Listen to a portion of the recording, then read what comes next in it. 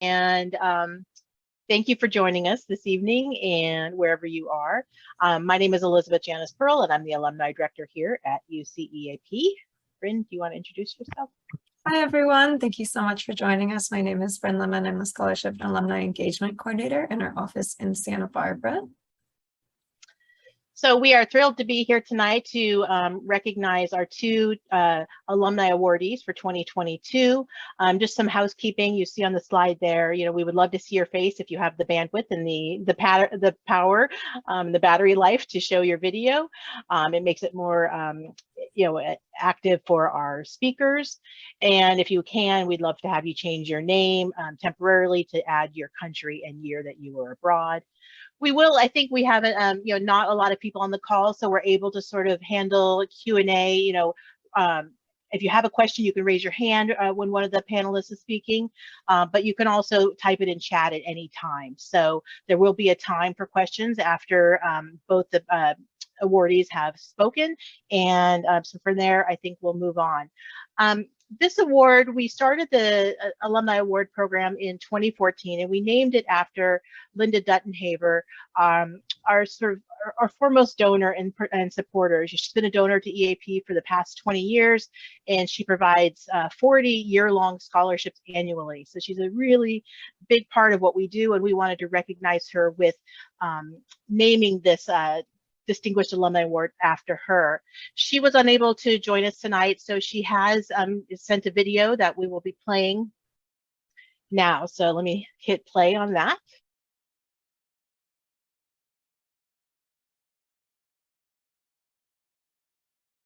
But Linda was really thrilled with our selection of our awardees that we're recognizing tonight.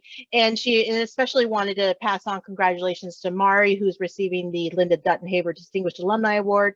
And you can read on the screen here what her words were. Congratulations, Mari, on your Distinguished Alumni Award. You embody exactly what UCEAP stands for, the life-changing effects of having lived and studied abroad. Your passion for international experiences, the tremendous impact of your work in the years since your years in Costa Rica, and so much more. Your accomplishments are impressive, and your dedication to the service of others is incredible. Just reading your application, I was amazed at the depth and breadth of your experiences and how your year abroad inspired and formed your life and work in the years since. You are truly changing the world. I regret that I cannot join the event in person, but please accept my deepest gratitude and congratulations on receiving this distinguished award. And again, we just are so thrilled with Linda and her participation at EAP, and we are happy to have named this award in her honor. So with that, I will turn it over to our Executive Director and Associate Vice Provost, Vivian, who will be formally introducing our winners today. Thank you, Elizabeth. Make sure, yeah, okay. I want to just make sure that you could hear me. Thank you, Elizabeth. And I have to say that it really is an absolutely unalloyed pleasure to be able to introduce our alumni awardees this evening. I wish that that these people both lived next door to me so that I could just talk to them every day and learn more about their really kind of incredible lives. Mari Metcalf is a twofer in the UC system, having graduated from two campuses, UC Berkeley and UCLA School of Law. And, born in San Diego, and then having gone to Costa Rica, as was mentioned through AFS.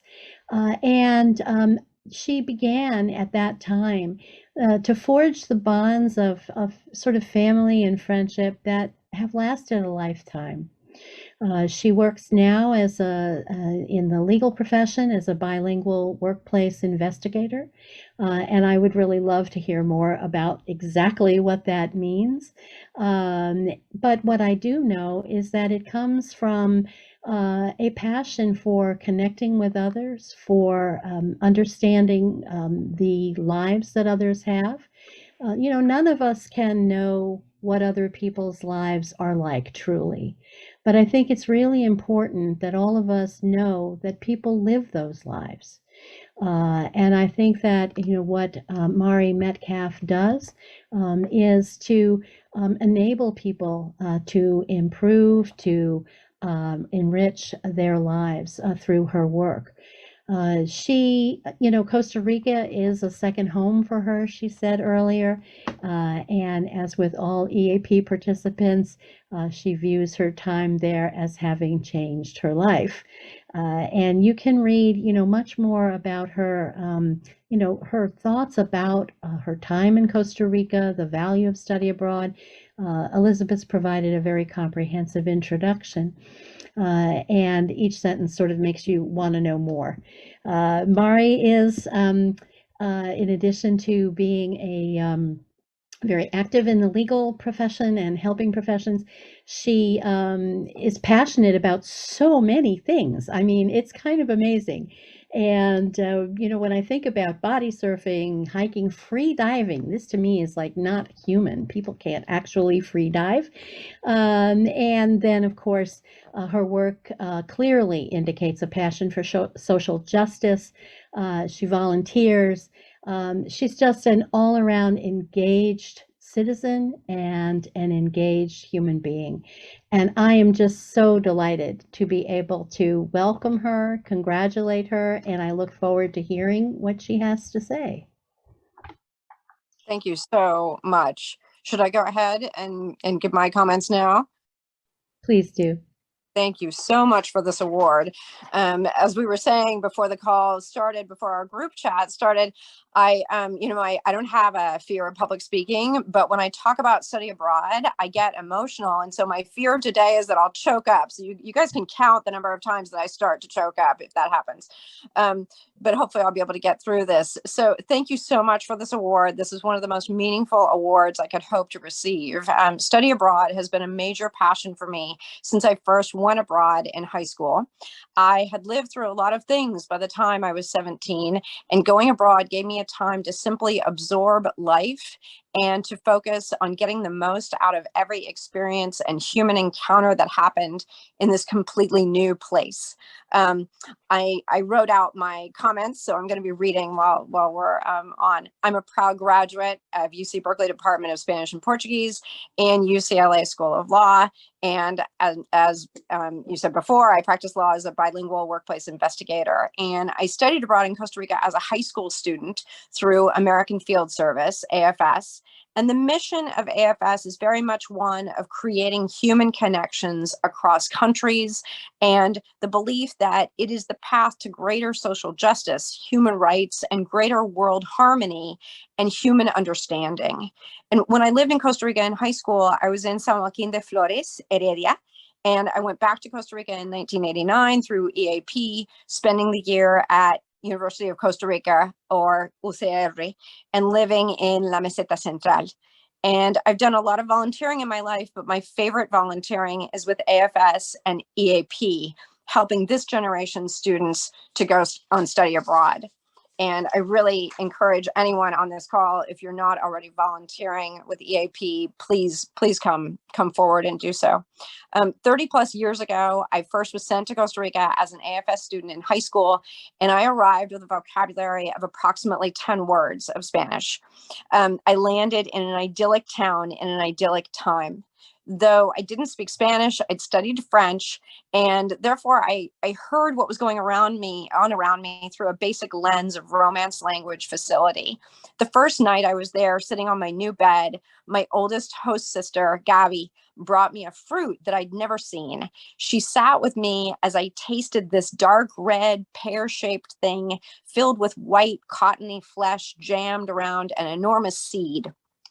Manzana de agua was unlike anything I'd ever tried in California. I concluded that the only way to describe it was that it tasted like roses smell. When I returned to Costa Rica in 1989, the fruit experience continued with things like anona and guanabana and sugarcane cut fresh from the field. Costa Ricans are very passionate about the products of their land. And if you mention to someone, gee, I love sugarcane, that person is likely to seek out sugarcane and bring it to you as a present 2 days later. There's an intimate relationship with the land, animals, trees, and all of the products of the land that runs through the veins of the country. And when you show appreciation for those gifts, Costa Ricans respond in a very heartfelt way. The downside of study abroad is that it will permanently change you into a hybrid. You'll still be an American, but you will now be of two places. Your heart will always yearn for your second home. A friend from Costa Rica once referred to Costa Rica as my, quote, adopted motherland. And this is right on. When you truly live abroad and become part of that place, you grow emotional roots there, and it will be your second motherland.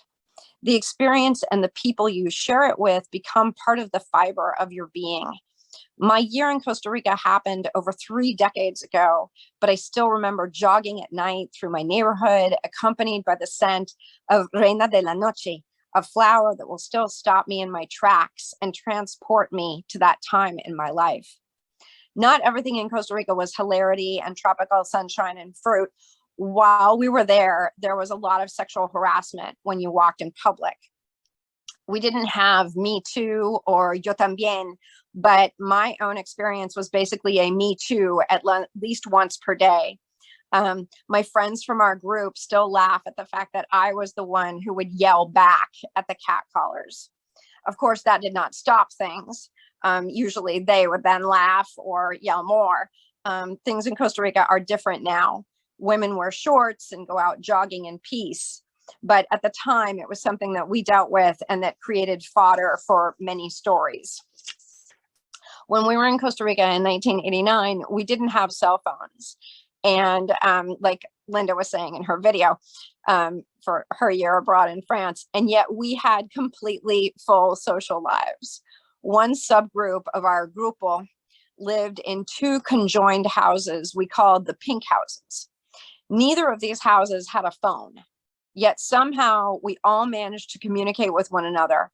And due to the fact that all the friends living in the pink houses didn't have any telephones, we developed a saying, I'll call you on the shoe phone, which was a reference to an idea that we would use shoe-to-shoe communication as if they were cans connected by string, or we were spies in an episode of Get Smart.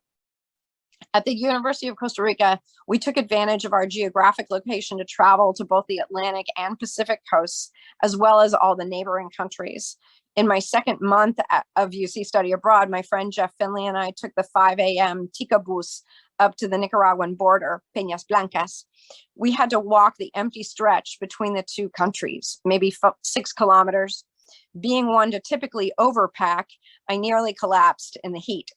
We spent 4 days exploring volcanoes, the cathedral ruins where the clock hands were still frozen at midnight, the hour when the earthquake struck in 1972, Managua's abandoned buildings, churches with bullet holes in the glass cases holding statues of the saints. We were Americans with cash traveling in what was at that point the most impoverished nation of the Western Hemisphere. Cash doesn't matter if there's no food to be purchased. Seeing that kind of deprivation in person will never leave you. Reading and understanding the political graffiti in Nicaragua was certainly more powerful than any classroom discussion at UC Berkeley or any organizer table on Sproul Plaza. There are things you learn about politics, poverty, and geography living abroad that you learn because you are seeing them up close.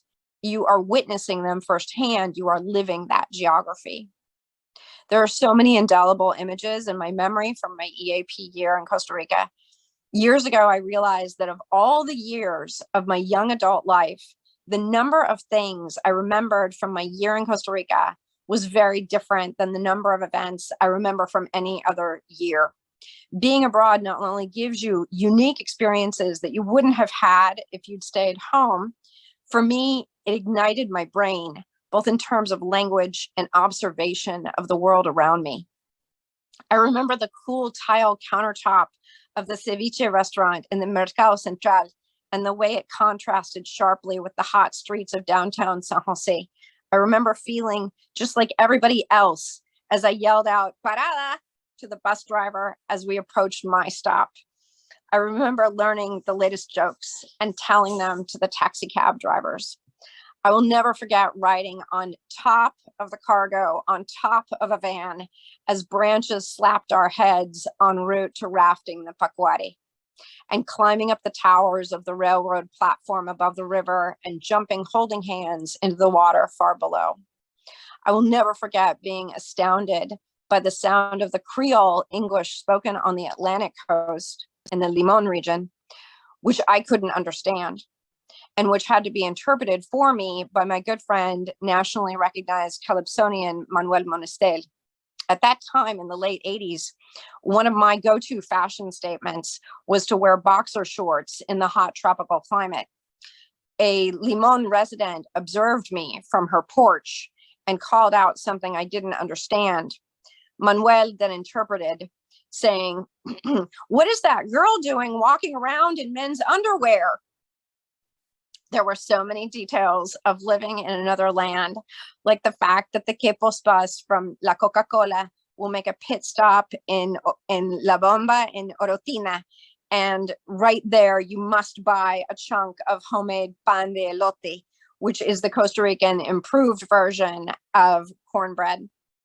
No one can stop me from singing along to the songs we heard on the radio and at parties, that year. I don't forget the feeling of dropping silver coins into a publico to call a friend, or place a call home to parents and grandparents.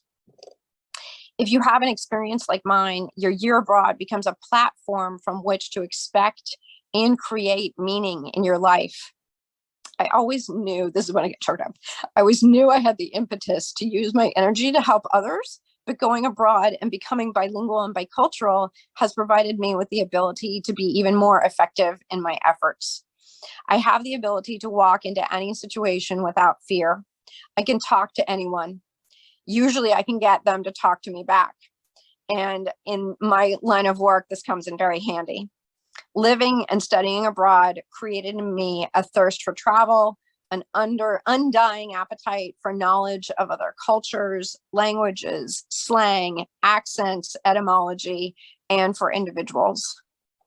Living abroad will ruin you food-wise, because you will continue to crave things you can't get in the US, no matter what store you visit. White cajeta, banano en leche, chorreadas, manzana de agua, helado de natilla. Caña, cut fresh from the field. Restaurants, live fresh in your mind. Y el pomodoro, Omar Khayyam. La mazorca, la tortuguita, spoon. 2 years ago,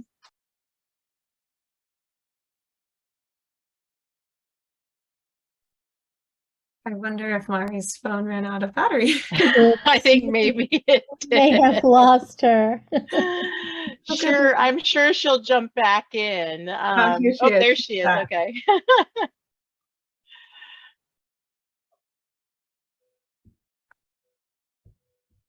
All right. Mari, just as we were beginning to cry. all right, 32 years later, my EAP friends and I are still saying to each other, what was that one food the ladies would sell at the Limon train stations? Oh yeah, pati. Wait, what was that one famous bar? Do you mean Cuartel or Chegues? Do you remember how the women never exercised in public? Remember how we couldn't sleep at night because the hotel room in Limon was so hot? And then suddenly a cockroach lost its grip and fell from the ceiling and landed on the bed? Oh, sorry. The year before I went abroad, I had a Spanish professor at UC Berkeley. Her name was Nancy Cushing. She was from upstate New York, but she had studied abroad in Spain, and she became completely fluent and thoroughly bicultural. So much so that when friends of mine from Spain met her, they thought she was from Madrid. She was a role model human being, an educator. She embodied love and respect for her second language, and she demonstrated a passion for living abroad. And she spent a large portion of her career as a professor supporting students in study abroad. She passed away in 2009, and I didn't want to miss this opportunity to acknowledge her as a role model, as a bilingual and bicultural educator, inspired many students over the course of her life. When my oldest son, Theo, was 5 months old, my high school host mother, Ophelia, from my AFS summer in Costa Rica, had a big birthday. We flew down to help host the surprise party. I'll never forget having my baby strapped to my chest as we rode the bus into town, something I'd done so many times, but never before with my own child. When you live abroad as a young person, that place becomes knitted into your soul, and you make the transition from being an outsider into being an insider. So for me, going back to Costa Rica is always an act of going home. Study abroad is the experience whereby you can become a local and you can gain a new facet in your brain, your communication, a second sense of humor. Your soul is now a fractal of all the people and food, smells, taxis and trains, early dawn bus rides, and bilingual parties. When it rains, you relish the sound of drops like little hammers on the tin corrugated roofs, and you know exactly how slippery the sidewalks will be. You come to know the feel of a whole different set of coins. The sand at the beach is a different color. You drink sweetened condensed milk straight out of a little can. There are blue crabs running underfoot in the jungle alongside the beach. There are vines hanging from the tall trees, and you grab them and swing. Body surfing at night in Manuel Antonio, I had never heard of bioluminescence, but I'll never forget seeing the water illuminate as we moved our hands in the ocean, waiting for the next wave. It was like seeing the water lit up by miniature fireflies. Study abroad in its best moments is magic. When you go abroad, you cannot take communication for granted. How to hail the bus, how not to offend the nursing staff, how to signal to the bus driver that you intend to get off at the next stop. These are all things that you will learn anew. You will relearn. If you go abroad, you will see and experience things that you will never forget for the rest of your life. Study abroad is to return to the state of being 3 or 4 years old, encountering the big things for the very first time, but having a semi-adult brain with which to process things, problem solve, and learn.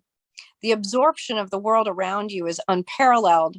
There's nothing like it, and it is difficult to reduce to words. Thanks to UC for recognizing my life of volunteerism and for giving me the opportunity to consider how to convey in words an experience that was so multifaceted and allowed me to understand the words of Charlemagne.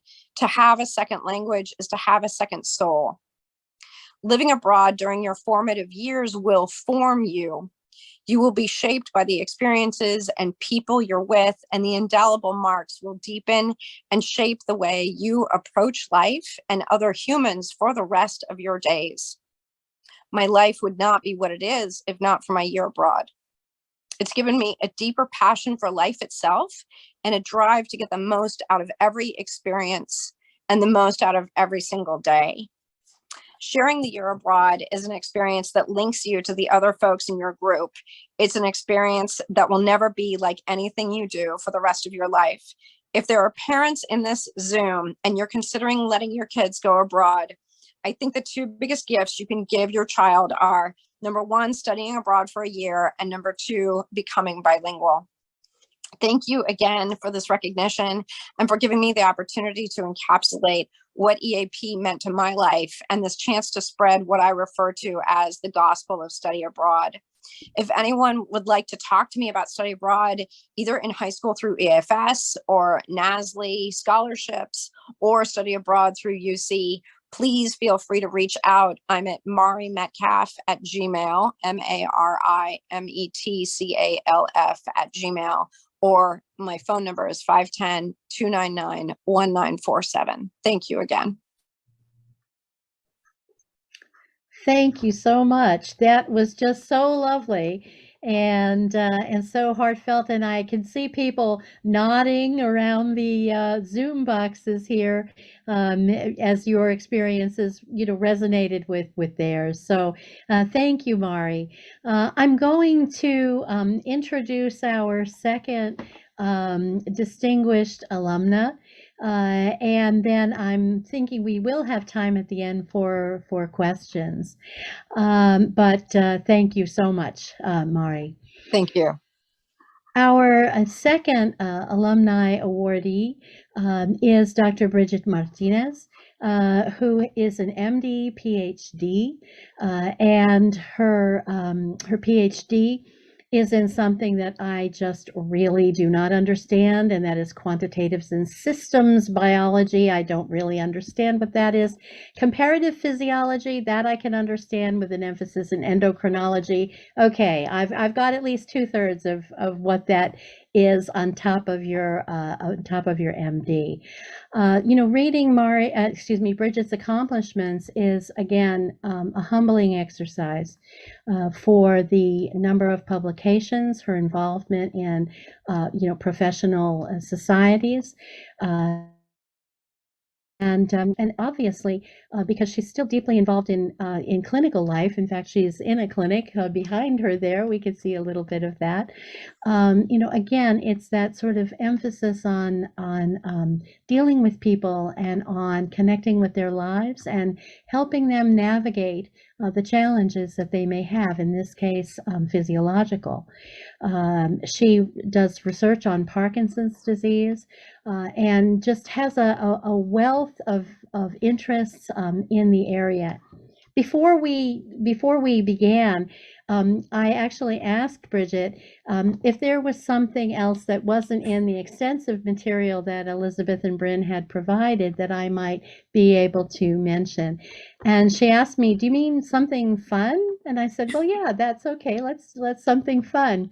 And what was delightful to me was that what she explained as being fun was actually a new project related to her research, where she'll be looking at Basque populations and again having to do with blood work, and I'm assuming endocrinology, and she's looking forward to being in Argentina and having something to do with that. And she said, "Well, maybe that's not really fun, but I can understand that if you're passionate about the subject of your research, you're passionate about your career, then being able to do something new and interesting in that, yeah, that's fun."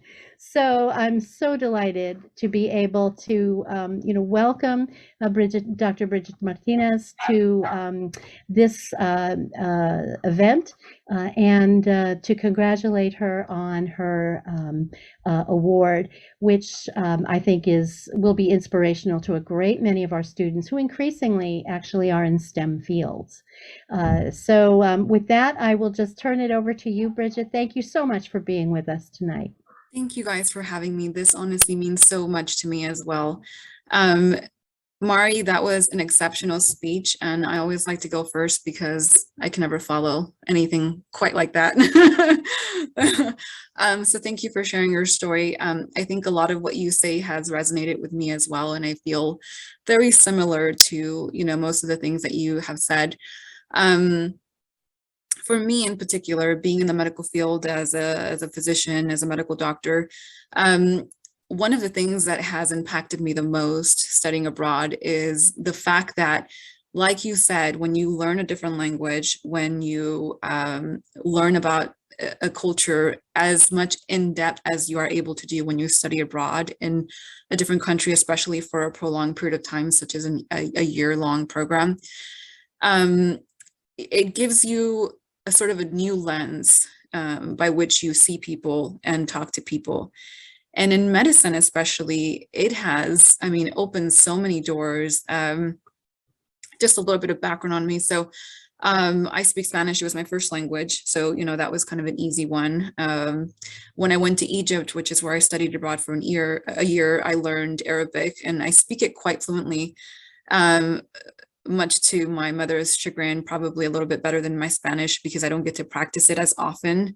And so, what it has done for me is I'm able to see patients that are Spanish speaking, patients that are Arabic speaking. Since then, I've also learned 5 other languages. And when you see patients that come from a different cultural background, speak a different language, and you are able to communicate with them in their language, I cannot tell you how many times I have seen patients come to me who have been seen by different providers, and you look at their chart and the diagnosis is incorrect. And it's not because they're bad physicians. It's because when you have this level of comfortness with your physician, that you feel like you can share all the details with them instead of like, okay, well, I'll just give you the basics, or, you know, it opens up a lot of doors, and it really leads to excellent patient care when you have that bond with your patient. So professionally speaking, it has helped me tremendously to be able to advocate for my patients in a very personal way that not a lot of people get to do. And like I said, it's not because it's not a medical thing. It's more of a personalized approach to medicine, that we share a bond, you know, especially with my Arabic speaking patients. I tell them that I'm not Egyptian, I'm not Arab, but I speak their language. And then we talk about my experience abroad, and it forms this beautiful bond. And I have that with my Spanish speaking patients as well. And so it's been a wonderful experience. So I studied abroad in Egypt for a year. I studied abroad in Korea as well for a semester. That was phenomenal as well. So I can get by with my Korean. But honestly, what those two experiences did for me, unrelated to the professional aspect of my life, is they make you see things in a different way. They really encourage you to problem solve in very different ways, I would say, than people who don't have those cultural experiences, because you learn to solve problems in a very different way, not just by learning different cultures, because different cultures have different languages, different meanings to different things. So you become really, really good at problem solving. And I use that in my scientific career as well. So as a scientist, I think a lot of my good problem solving outside of the box comes from being able to think in many different ways. And that comes from all of those experiences. So that's how it has helped me professionally. Personally, I like Mari was saying, I think that not having these experiences is a really disservice to people who are able to pursue them if possible, because it makes you not just learn about other cultures and languages and people, but it makes you learn so much about yourself. It expands your boundaries. It makes you imaginative. It makes you creative. It makes you passionate. You know, I meet people all this. My husband, one of them, who has never traveled abroad before he met me, and likes only specific types of food. I will eat anything and try anything, you know, at least twice. And I think the experiences that you get from that, I mean, even just the culinary experiences when you try new foods that are so unique and different, even if they sometimes don't taste good, but you try them and it just blows your mind. A lot of research and science that has come out in the last 10 years show that stimulus, especially from eating new foods, meeting new people, learning new languages, really enhances their neuronal activity of your brain. And it's almost as if you're on a high of some sort, you know. So it's really interesting the way the connectivities kind of work and come together and build new neuronal activity. So I think that's super fascinating. I don't know honestly where I would be now if I had never done those experiences abroad, because after I did my first 2 trips with EAP abroad, I was hooked, for lack of a better term, on traveling and studying abroad. So I went to Japan, I went to New Zealand, I lived and studied there for several months. I lived and studied in Mexico for several months. I went all over and I experienced so many different things, and it's hard to imagine what my life would be like if I didn't have those experiences. Honestly, they really do make an impact. They touch your soul, and yes, they create things for you that you wouldn't normally have otherwise if you just stay in your own little bubble and don't really venture much outside of it. So it's hard to imagine what my life would be like without it. And I think for me, probably the most important thing, so, you know, professionally, fantastic. I'm able to see my patients and communicate with them in a much better way than most people can. Personally, my personal life, when I talk to, so I'm part of this organization called the Horatio Alger Association, which provides funding opportunities for kids going in high school, going to college. When I talk to them about studying abroad, something that I always recommend that they do, And some of them are able to do so and go abroad, and they come back and they tell me about their experiences and how it changed their life. A lot of the times, I would say, this is from my personal experience and what I have heard from a lot of the students that I work with. A lot of the times these kids are running away from deep trauma. And I can say for me that also was true. And so what it does for you is it allows you to physically and mentally disassociate, learn about yourself, go through these things in your head, you know, all of these troubles, and find solutions for them. But I think that if you had stayed in the same place and not be open to other opportunities, experiences, and people, it makes a big difference. And so for a lot of them, I see that their life has not just changed, but has been dramatically been steered into a different course, a different direction. And to me, that's probably the most fundamental and the most important thing about traveling abroad. You find yourself, you heal yourself through others. And it's a cultural experience that I think changes many people's lives for more reasons than one, obviously. So the benefits are endless, you know. And I can't, every time I get the opportunity to talk at the Horatio Alger events, I always talk about EAP and all of the things that it has done for me. And it has been invaluable. I'm so grateful to have had those opportunities. I wouldn't change them or trade them for anything in the world. And even now I travel quite consistently, and I go everywhere and anywhere. I'm one of those people that find the weirdest places to go to, and then just, you know, off I go, we'll see what happens. So I think, you know, the benefits and the experiences are just phenomenal. I sometimes have a hard time communicating all of the great things that these experiences have done for me, because they have basically changed my life in more ways than I can possibly ever tell anyone in a couple of minutes. So for that, I'm very grateful. But for me, in terms of reaching out to me, I'm happy to always talk about my experiences. If you guys have any particular questions about the countries and different things that I've done and seen, I'm more than happy to. I'm very reachable. I will put my number and email address out there so that you guys can reach me, and any questions you have, I'm happy to answer. So again, thank you guys for this incredible award. I'm very honored. And thank you guys for hosting this event. Thank you. Thank you, Bridget.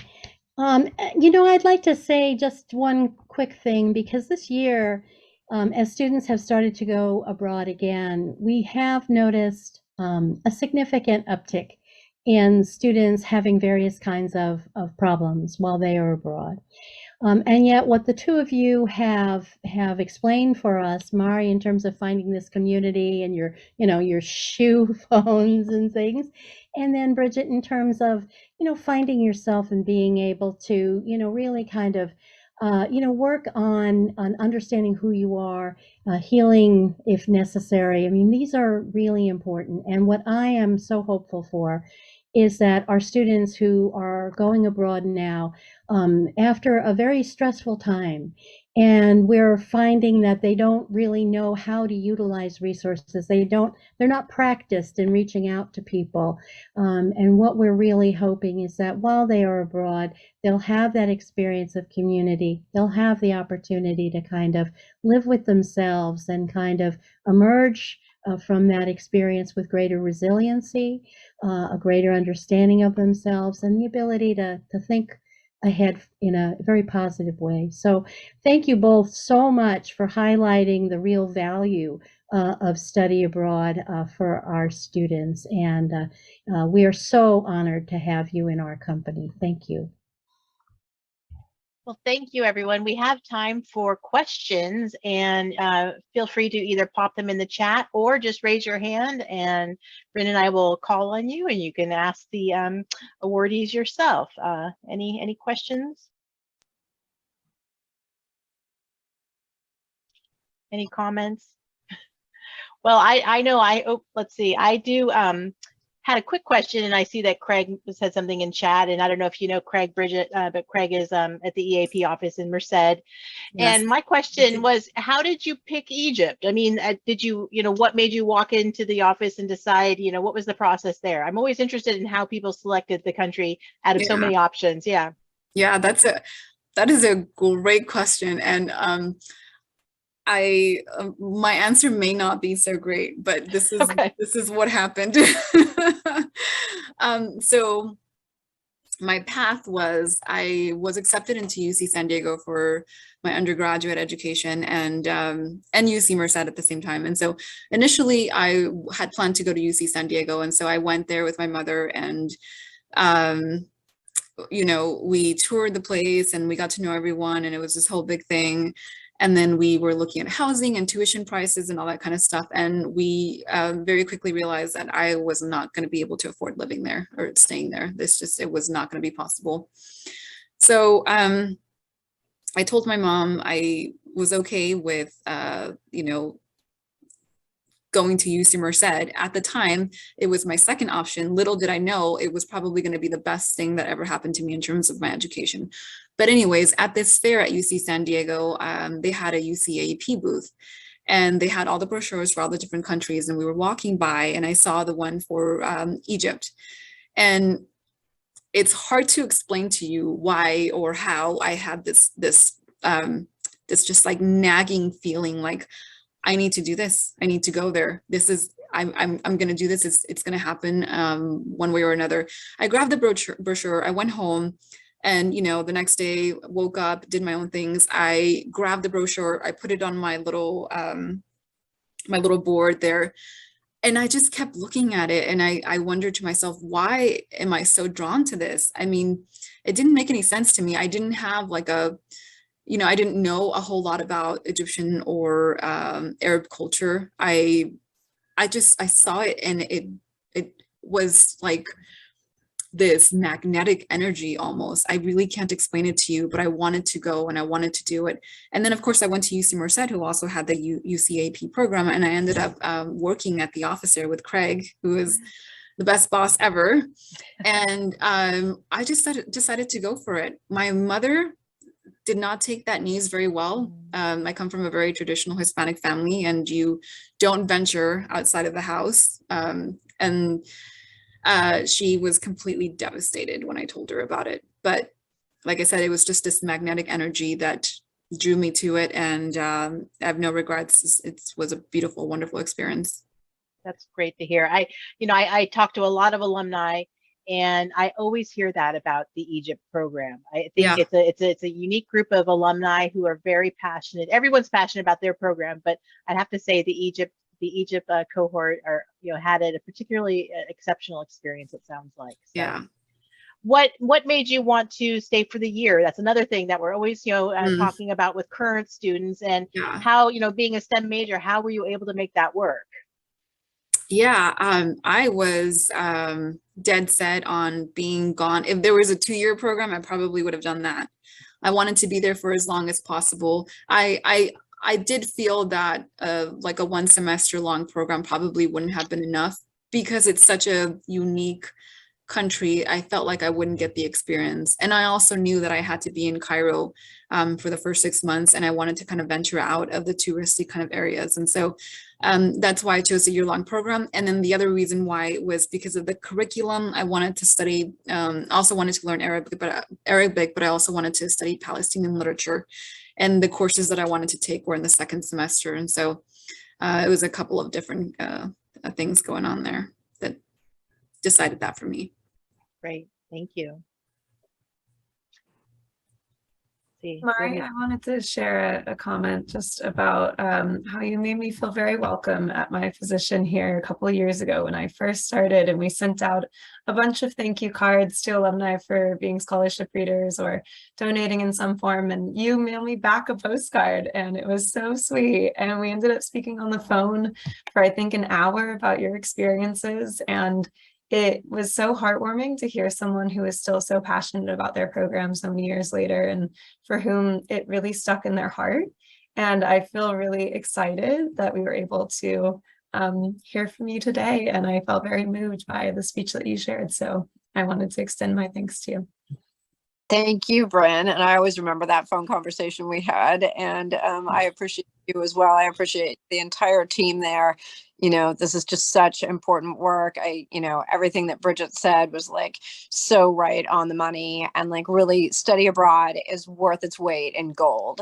And all of you are doing such important work. And especially now, I mean, one of the reasons that I was getting choked up as I was reading my speech is like, we all know what's going on in other parts of the world. We all know how important it is that we still make these tremendous efforts to have bridges with other countries and have people have really deep experiences interacting with other people, falling in love with other countries and other cultures. And it just, the amount, the ripple effect of study abroad is so fantastic. And the impact is lifelong. So thank you to all of you for the work that you do and for the passion that you have and that you bring to your work. Thank you. Thank you. Mari, I had a question about going to law school. Was that always your goal, or something that changed after seeing the activism that you experienced in Costa Rica? So it's a question that I kind of laugh about, because for a while I thought that I had decided, like after undergrad, to become an attorney. But then I found my journals, which I'm somebody who's written in a journal since like age 12. I found one of my journals from when I was 13, and I was writing about becoming an attorney. So I get and destined for a long time. But the area of law that I work in, workplace investigation, is really interesting because it's about interviewing people, and it's about gaining trust with folks and creating rapport and hopefully creating a conversation more than an interrogation. But it's also about trying to figure out whether someone's telling you the truth. And so I think that going abroad and becoming a student of human nature is something that led me to this particular area of the law. Interesting. Great, thank you. Interesting, very interesting. I have a question for Bridget, if I don't want to jump in front of any other questions. Bridget, what do you feel about the Egyptian sense of humor? And do you like the Egyptian sense of humor, which I know nothing about? I'm asking that out of ignorance. And also, did you have interesting experiences when you were in Egypt? Did people think that you were Egyptian based on your physical appearance, and how did that impact the interactions that you had with folks there? Yeah. One of the things that I think really helped me when I went to Egypt is I was very young, and at that age, never have traveled outside of the country, especially going off to Egypt. I was very naive, to say the least. And so when I got there, I mean, everyone assumed I was Egyptian, especially after the second semester when I had learned pretty good amount of Arabic, and apparently I have a really good accent too. So no one would believe I was American after that.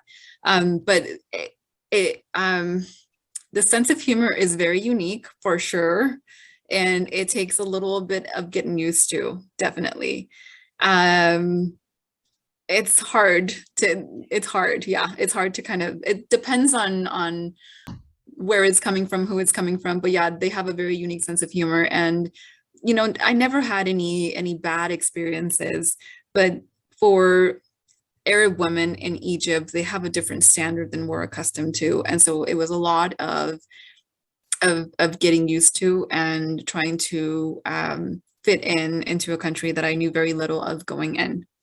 So all in all, it was great. I think my naivety really helped because I was able to brush off a lot of that in the first, couple of months.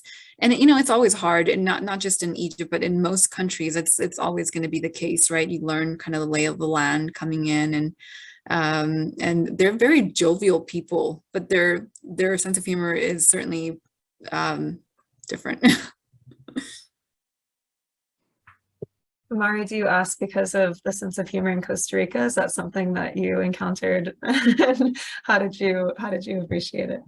I love Costa Rican sense of humor so much. I say that the second that I step off the plane there, I start laughing, and I'm laughing the entire time there with friends. And like one of my friends who's on the call, like he and I have laughed so hard that, you know, tears streaming down our face, and we're like rolling on the floor. And so the Costa Rican sense of humor is very, it's unique.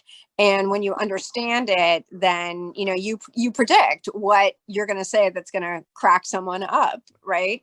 Yeah, I think that that's something that folks who don't speak another language, or folks who are not bicultural, who have not studied abroad, they might not know that like different cultures have a different sense of humor.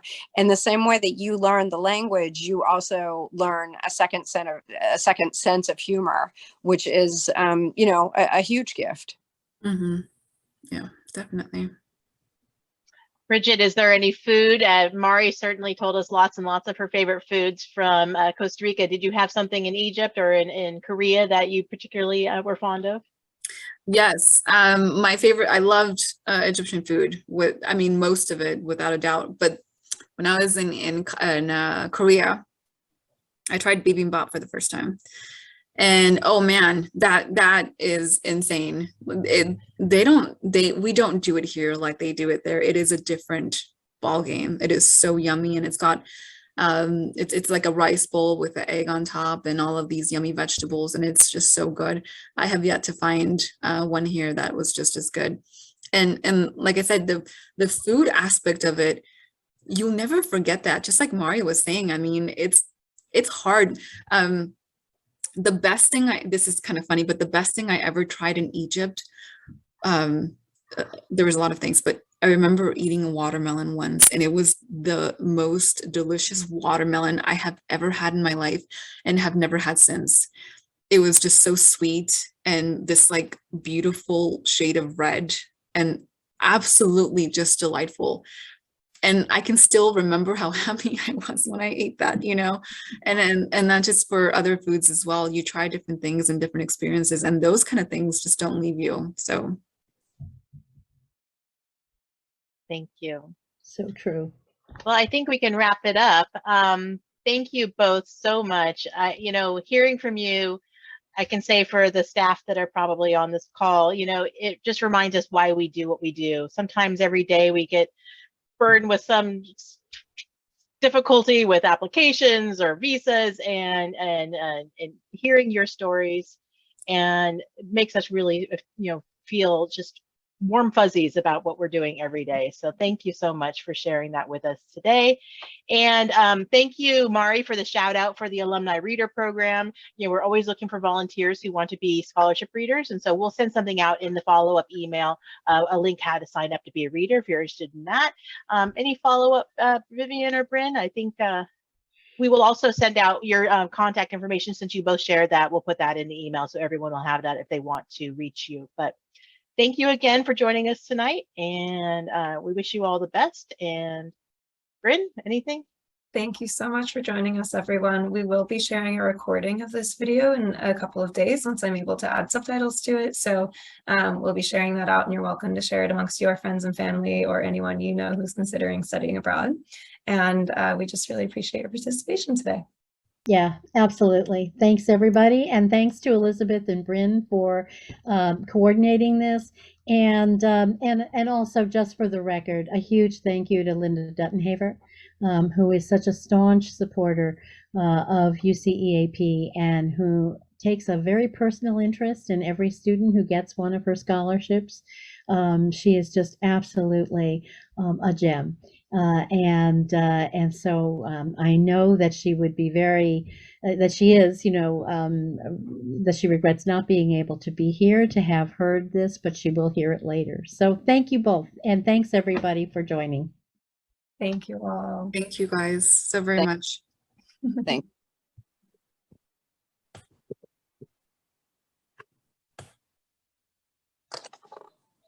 Right. All right. That was wonderful. Thank you so much. Bye, Mari. Thank you.